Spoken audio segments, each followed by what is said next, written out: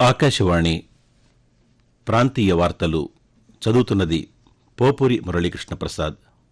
ముఖ్యాంశాలు: అమరావతికి రాజధానిగా చట్టబద్దత కల్పించాలని ఆంధ్రప్రదేశ్ ముఖ్యమంత్రి నారా చంద్రబాబు నాయుడు కేంద్ర హోంశాఖ మంత్రి అమిత్ షాకు విజ్ఞప్తి చేశారు.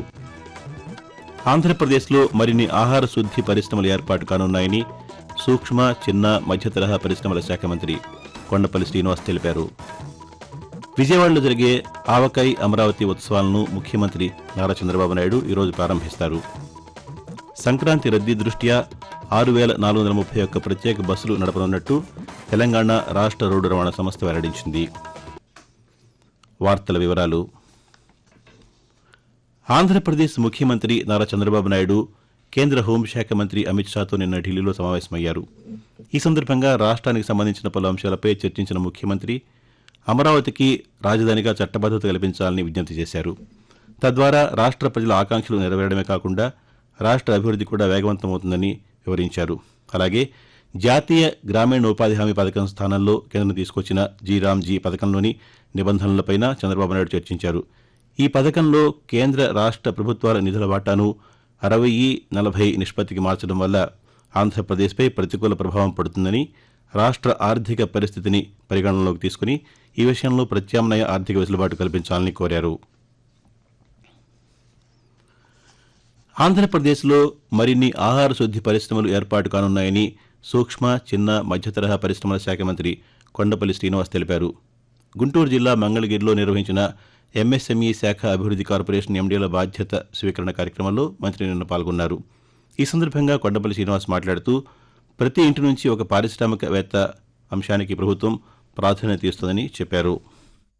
వన్ ఫ్యామిలీ వన్ ఆంటర్ప్రినర్ కి ఎంఎస్ఎంఈ డెవలప్మెంట్ కార్పొరేషన్ పెద్ద ఎత్తున కార్యాచరణ చేయడం జరుగుతుంది. ఈ డిపార్ట్మెంట్ ని రీవ్యాంప్ చేయడంతో పాటు పెద్ద బాధ్యతతో రాష్ట్రం అంతా కూడా ఈ కాన్సెప్ట్ ని ప్రమోట్ చేస్తూ ఫుడ్ ప్రాసెసింగ్ అనేది మన రాష్ట్రంలో ప్రధానంగా ఉన్నటువంటి వర్టికల్, అలాగే మ్యానుఫ్యాక్చరింగ్ కూడా స్ట్రెంథెన్ చేస్తూ అనేకమైనటువంటి పాలసీలు తేవడం జరిగింది. యూత్ ఈ కాన్సెప్ట్ ని అడాప్ట్ చేసుకోవాలి. క్లస్టర్స్ కి కూడా కావాల్సినటువంటి కామన్ ఫెసిలిటీ సెంటర్స్ కూడా ఇస్తున్నారు. ఇవన్నీ అలవర్చాలంటే ముఖ్యంగా కలెక్టివ్ అప్రోచ్ లో యూత్ దాంట్లో పార్టిసిపేట్ చేసే దశగా ముందు మనం కార్యాచరించాల్సిన అవసరం ఉంది.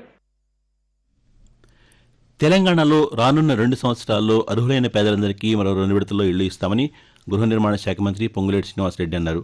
సూర్యాపేట జిల్లా హుజూర్ నగర్ సమీపంలో నిర్మాణంలో ఉన్న 2160 ఇందిరమ్మ ఇళ్లను నీటిపారుదల శాఖ మంత్రి ఉత్తమ్ కుమార్ రెడ్డితో కలిసి ఆయన నిన్న పరిశీలించారు. అనంతరం జరిగిన సభలో మంత్రి శ్రీనివాసరెడ్డి మాట్లాడుతూ ఇప్పటికే తొలి విడత ఇందిరమ్మ ఇళ్లు కేటాయించామని, మరో విడత ఏప్రిల్లో ఇవ్వనున్నట్టు చెప్పారు. తమ ప్రభుత్వం అధికారంలోకి రాగానే మొదటి విడతగా 22,500 కోట్ల రూపాయలతో 4,50,000 ఇందిరమ్మ ఇళ్లు మంజూరు చేసిందన్నారు. లబ్దిదారులకు దశలవారీగా ప్రతి సోమవారం బిల్లులు చెల్లిస్తున్నామని మంత్రి వివరించారు. తెలుగు సినిమా, సంస్కృతి, సాహిత్య వైభవాన్ని తెలిపేలా విజయవాడ వేదికగా ఆవకాయ్ అమరావతి ఉత్సవాలను ఈ రోజు నుంచి నిర్వహిస్తున్నామని ఆంధ్రప్రదేశ్ పర్యాటక అభివృద్ధి సంస్థ ఏపీటీడీసీ ఎంపీ అమ్రపల్లి కాటా తెలిపారు. రాష్ట్ర పర్యాటక శాఖ ఆధ్వర్యంలో ఈ రోజు నుంచి శనివారం వరకు 3 రోజుల పాటు పున్నమి ఘాట్ భవానీ ద్వీపంలో వైభవంగా ఈ వేడుకలు నిర్వహించనున్నామని చెప్పారు. తెలుగు సంస్కృతి, సాంప్రదాయాలను యువతకు తెలియజేయడంతో పాటు సాహిత్యం, తెలుగు ప్రజలను ప్రభావితం చేసిన సినిమాల గురించి ఈ సందర్భంగా చర్చించనున్నారని తెలిపారు. ఈ రోజు రాత్రి కృష్ణానది ఒడ్డున పున్నమి ఘాట్ దగ్గర జరిగే ప్రారంభోత్సవ కార్యక్రమంలో ముఖ్యమంత్రి చంద్రబాబు నాయుడు, ఉప ముఖ్యమంత్రి పవన్ కళ్యాణ్, పర్యాటక శాఖ మంత్రి కందుల దుర్గేష్, యూరోపియన్ యూనియన్ రాయబారి హెచ్ఈ హెర్వే డెల్ఫిన్ పాల్గొంటారని తెలిపారు. మధ్యప్రదేశ్ మాండ్లా పార్లమెంటు సభ్యులు, ఎస్సీ ఎస్టీ సంక్షేమ parliamentary committee chairman Faggan Singh Kulaste Andhra Pradesh ఉప ముఖ్యమంత్రి కె పవన్ కళ్యాణ్తో అమరావతిలోని రాష్ట్ర సచివాలయంలో నిన్న సమావేశమయ్యారు. ఈ సందర్భంగా అన్నమయ్య జిల్లా పొంగనూరు నియోజకవర్గం పరిధిలోని సదుంలో మధ్యప్రదేశ్ వాసులు గ్రానైట్ తవ్వకాలకు అనుమతులు పొందారని, స్థానిక నాయకులు మైనింగ్ ప్రక్రియను అడ్డుకుంటున్నారని ఉప ముఖ్యమంత్రి దృష్టికి తీసుకువచ్చారు. దీనిపై పవన్ కళ్యాణ్ స్పందిస్తూ దేశంలో ఏ రాష్ట్రం వారైనా ఆంధ్రప్రదేశ్లో పనులు చేసుకోవచ్చని స్పష్టం చేశారు. దేశంలో ఎక్కడైనా జీవించే హక్కు రాజ్యాంగం కల్పించిందన్నారు. స్థానికేతరుల పేరిట అనుమతులు ఉన్నప్పటికీ పనులు చేసుకునివ్వకుండా అడ్డుకుంటే చట్ట ప్రకారం చర్యలు తీసుకుంటామని తెలిపారు. ఆకాశవాణి ప్రాంతీయ వార్తలు వింటున్నారు.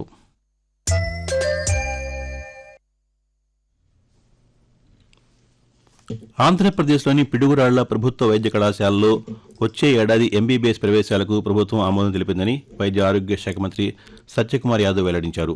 కేంద్ర ప్రభుత్వ ప్రాయోజిత పథకం సిఎస్ఎస్ కింద రాష్ట్ర ప్రభుత్వమే పిడుగురాళ్ల కళాశాలను నిర్వహించనుందని ఒక ప్రకటనలో తెలిపారు. ఈ పథకం కింద కేంద్ర ప్రభుత్వం పిడుగురాళ్ల కళాశాలకు 195 కోట్ల రూపాయల సహాయాన్ని మంజూరు చేసి రాష్ట్రానికి విడుదల చేసిందని పేర్కొన్నారు. మొదటి దశలో పిడుగురాళ్ల వైద్య కళాశాలలో 100 ప్రవేశాలు కల్పించి అనంతరం అదనపు ప్రవేశాల కోసం చర్యలు చేపడతారని మంత్రి తెలిపారు. సంక్రాంతి రద్దీ దృష్ట్యా 6,431 ప్రత్యేక బస్సులు నడపనున్నట్టు తెలంగాణ రాష్ట్ర రోడ్డు రవాణా సంస్థ టీజీఎస్ఆర్టీసీ ఒక ప్రకటనలో వెల్లడించింది. పండుగకు నడిపే ప్రత్యేక బస్సుల్లో అదనపు ఛార్జీలు ఉంటాయని 9, 10, 12, 13 తేదీలతో పాటు 18, 19 తేదీల్లో మాత్రమే పెంచిన ఛార్జీలు అమలవుతాయని పేర్కొంది. మహాలక్ష్మి పథకంలో భాగంగా సంక్రాంతికి నడిపే Palle Velugu express, city ordinary, metro express బస్సుల్లో మహిళలకు ఉచిత బస్సు రవాణా సదుపాయం యథావిధిగా అమల్లో ఉంటుందని తెలిపింది. ప్రకృతి పర్యాటకానికి ఆంధ్రప్రదేశ్ అనుకూలమని రాజమహేంద్రవరం పార్లమెంటు సభ్యులు దగ్గుబాటి పురంధేశ్వరి అన్నారు. తూర్పుగోదావరి జిల్లా రాజానగరం మండల పరిధిలోని దివాన్ చెరువులో ఉన్న అటవీ భూమిని పురంధేశ్వరి నేతృత్వంలో ఢిల్లీ నుంచి వచ్చిన కేంద్ర బృందం సభ్యులు క్షేత్రస్థాయిలో నిన్న పరిశీలించారు. ఈ సందర్భంగా ఆమె మాట్లాడుతూ పర్యాటకుల కోసం రాజానగరంలో జంతు ప్రదర్శనశాల ఏర్పాటు చేయనున్నట్టు తెలిపారు. రాజానగరంలో సుమారు 311 హెక్టార్ల అటవీ సంరక్షణ ప్రాంతం ఉందని చెప్పారు. అందులో 250 హెక్టార్ల భూమిని జూ పార్క్ కోసం వినియోగించుకునే ప్రతిపాదనకు సాధ్యాసాధ్యాలను కేంద్ర బృందం పరిశీలించిందని పురంధేశ్వరి పేర్కొంటూ అన్ని విధాలా ఇది అనుకూలంగా ఉంది. సాధారణంగా వేరే ప్రాంతాలు చూసినట్లయితే ఎగుడు దిగుడుగా ఉంటుంది, కానీ ఇక్కడ ఫ్లాట్ గా ఉంది, అనుకూలంగా ఉందని చెప్పి మరి కేంద్రం నుండి వచ్చినటువంటి అధికారి కూడా మనకి తెలియజేయడం జరిగింది. ఏ రకమైనటువంటి ఒక జూ ఇక్కడ నిర్మాణం చేయాలి అనేటువంటి విషయం మీద, అంటే సాధారణంగా జూ అనగానే కేజీలో బంధించినటువంటి జంతువులు మనం చూస్తాము. ఆ రకంగా కాకుండా కొత్త విధంగా ఏమన్నా ఆలోచించా అనేటువంటి విషయం మీద రావాలి అనేటువంటి భావన. కనుక త్వరలో ఇక్కడ మనం జూ అంటే అన్ని కూడా మనకి అనుకూలించినట్లయితే ఖచ్చితంగా ఇక్కడ మనం జూ ఒకటి తెచ్చుకునేటువంటి అవకాశం ఉంటుంది. స్వయం సహాయక సంఘాల మహిళలు ఉపాధి పొందేలా వారు తయారు చేసిన ఉత్పత్తులకు మార్కెటింగ్ సదుపాయాలు కల్పించేందుకు ఆంధ్రప్రదేశ్లోని గుంటూరు వేదికగా sale of articles of rural artisan society Saras Mela ఈ రోజు నుంచి జరగనుంది. రాష్ట్ర పేదరిక నిర్మూలన సంస్థ మెప్మా ఆధ్వర్యంలో గుంటూరు జిల్లా గ్రామీణాభివృద్ధి సంస్థ ఈ ప్రదర్శన నిర్వహిస్తోంది. గుంటూరు మిరపకాయను ఈ మేళాకు చిహ్నంగా ఎంపిక చేశారు. ఈ రోజు నుంచి నెల 18వ తేదీ వరకు 10 రోజుల పాటు జరిగే ఈ మేళాలో అన్ని రాష్ట్రాల నుంచి స్వయం సహాయక సంఘాల సభ్యుల ఉత్పత్తులు, హస్తకళలు, చేనేత వస్త్రాలు, ఆహార పదార్థాల దుకాణాలను ఏర్పాటు చేశారు.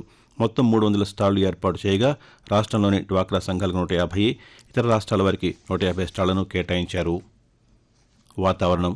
ఆగ్నేయ బంగాళాఖాతంలో శ్రీలంకకు సమీపంలో ఏర్పడిన అల్పపీడనం అదే ప్రాంతంలో కొనసాగుతోందని అమరావతి వాతావరణ కేంద్రం వెల్లడించింది.